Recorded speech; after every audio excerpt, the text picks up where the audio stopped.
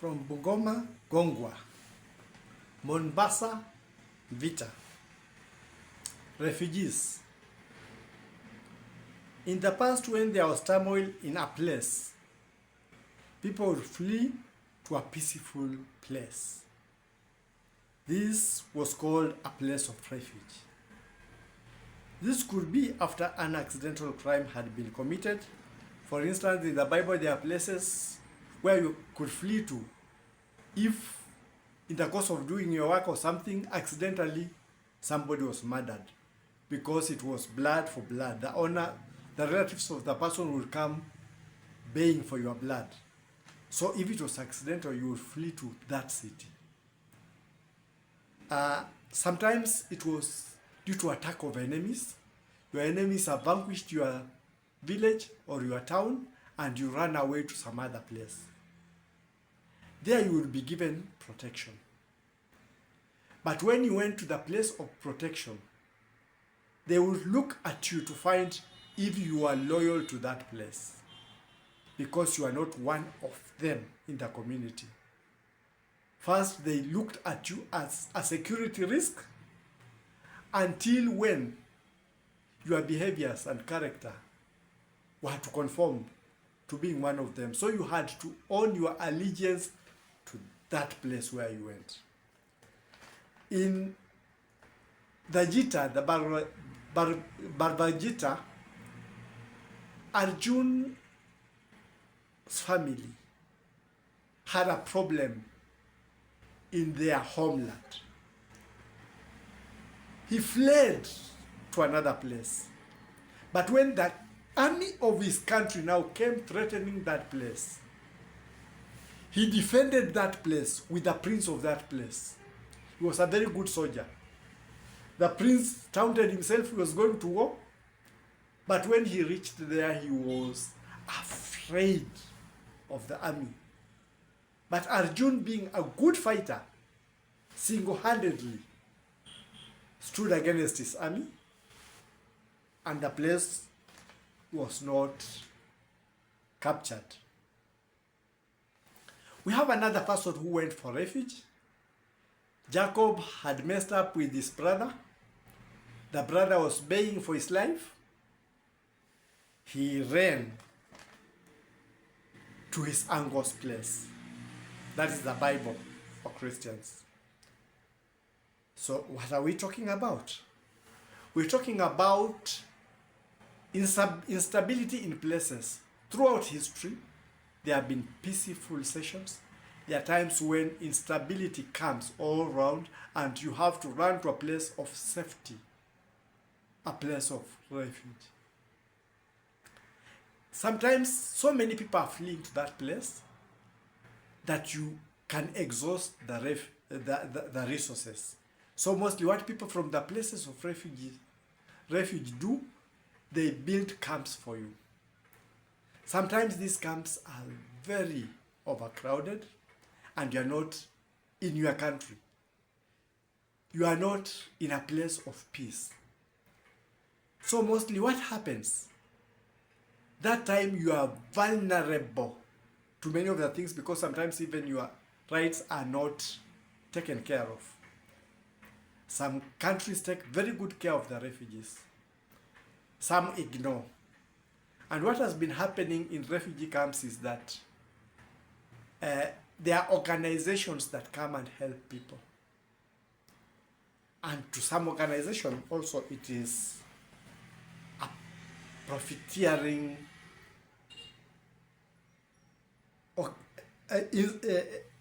area. So what do? They try to maintain people in the camps as long as it's possible. In most cases, they will sell them false stories of insecurity still in their places. They make them live in fear, because the longer they live, the more is profiteering. Sometimes these people are used by criminals to cause crimes in their country. They are desperate. So you can be able to get rebels, people to go and fight their countries. Some are sold in human trafficking. Many things happen to them, but they don't have a place where they can voice what they're experiencing. In most cases, or you're afraid that you might lose some privileges. So many things happen within the camps, stressing things that do not come out. And those who are taking care will always tell you a story of everything being good. That place is paradise. So why am I talking about this? Insecurity will always come. Wars will be fought. Refugee camps will be built. But let's not make those places a penitentiary for the people who are running for security, and make it a place of profit so that they stay there permanently. We would wish that they never moved there. In fact, we make that their home so that we profiteer from what? That suffering. In most cases, countries fight and others open refugee camps. What happens that when wars stop in those countries that were fighting, the refugees don't go back to the peaceful place now? Is it the governments? Because somebody will tell you, even in a place where there's total peace, if I go there, I'll be killed. And everybody is getting back there. So the question could be, is it the fear that we sell to them? Is it the fear that they experience after the war? Or is it because of the profit? Because also there are some refugee camps where it is more profiteering to be a refugee. You find you can move to the place where you have taken refuge, live in houses that the citizens of that place cannot afford, lead a life that those people cannot afford. And you've not been given citizenship to that country or anything of residence. So this calls for a balance, because we should not also have refugees that will become a breeding ground for rebels in their country, or for criminals, or for people to be sold because things happen, terrible things happen. So it will be good for the countries of the world, the countries of Africa, that when a country gains stability, in case something like that has happened, make it have a government that can be able to take care of the people, take them back to their countries to do their normal day-to-day activities, live their normal lives. It would even be better if countries that are united can be able to stop things from spilling out of control so that the people stay, because the people outside the countries are exposed to a lot of suffering. And many wish to come home, but there is always the fear. So for those countries that fought wars and have stabilized, make situations let those in the refugee camps know that situations have improved, and don't have witch huntings so that people are afraid to come to their places. People are better in their homes than in refugee camps. The refugee camps should be there, but for a certain length of time.